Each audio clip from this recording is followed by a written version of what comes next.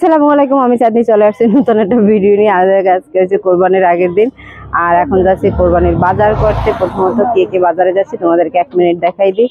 এই আমার বোনে আর বাবাই আর হচ্ছে বোন। এই এখন যাচ্ছি মুদি বাজার করার জন্য, যে মুদি বাজার করবো। প্রথমত আমাদের খাসি কেনা হয়ে গেছে, আইসা তোমাদের সাথে দেখাবো খাসিটা ফাইনালি, যে আমাদের খাসি কেনা হয়ে গেছে। আর গরুটা দেখাতে পারবো না, গরু যদি কালকে শোরুমে আর যায় সে ভিডিও করে নিয়ে আসবে না, তখন তোমাদেরকে দেখিয়ে দেবো।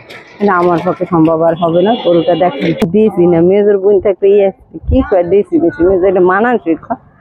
দেখো আর একটা কথা বলি, আমি এসে খুবই বাসায় একটু আশ্চর্য হয়েছি।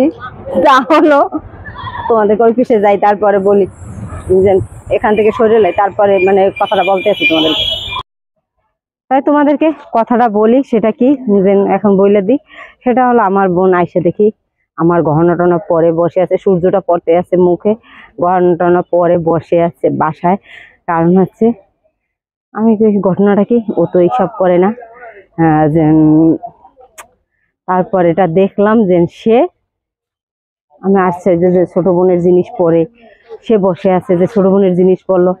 ঘটনাটা কি, ও তো এইসব জিনিসপাতি বন্ধ করা। আসলাম প্রতি বছরের মতন এবারও কোরবানিতে বাবার সাথে বাজার করতে, কারণ ঈদে কোরবানিতে এই যে বাবা আমাকে নিয়ে বাজারে আসে, এটার আনন্দটাই আলাদা। কারণ আমি যখন থেকে সবকিছু করা শিখতে পারছি, হ্যাঁ, তখন থেকে বাবা আমাকে নিয়ে ঈদে বা বড় কোনো অকেশন হলেই আমাকে নিয়ে বাজারে চলে যায়, বলছেন তুমি চলো বাজারে, সাথে বাজার করে নিয়ে আসি। আর সাথে নিয়ে যাই মেজো বোন, তাই তোমাদেরকে সেটাও দেখিয়ে দিই যে মেজো বোনও সাথে আছে। সেখান থেকে বাজার করে চলে আসলাম অল্টনের দোকানে। আমাদের বাসার ডিপ ফ্রিজটা নষ্ট হয়ে গেছে, তার জন্য আমাদের একটা ডিপ কিনতে বই, যে বোন চয়েস করতে আছে।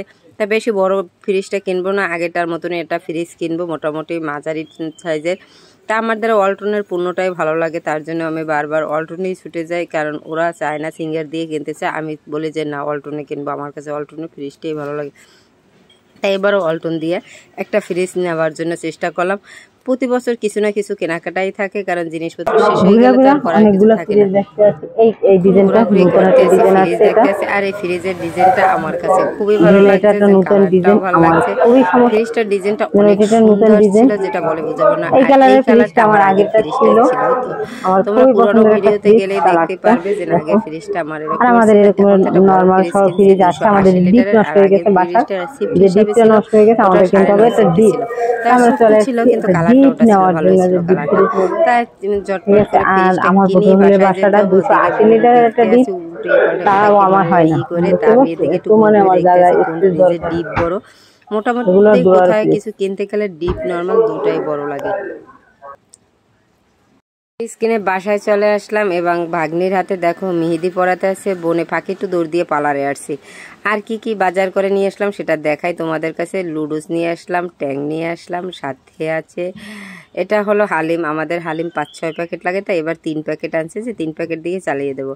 আর 6টা লুডুস আনলাম, দুধের গুঁড়ো আনলাম 1 কেজি, যেন লুডুসের পরিমাণ একটু কম খায় তো বাসার মানুষের জন্য খাবারগুলো একটু বেশি বেশি লাগে, কারণ কোনো জিনিস কম কিনতে পারি না। এটা চিলি সস নাই কিনলাম।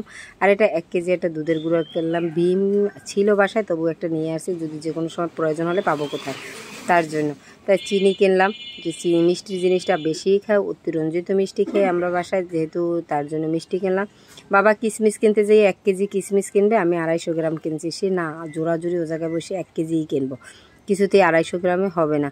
আর এই জায়গায় নিয়ে নিলাম চাষি পোলাওর চাল, কারণ হচ্ছে পোলাওর চালটা চাষি ছাড়া খেতেই ভালো লাগে না।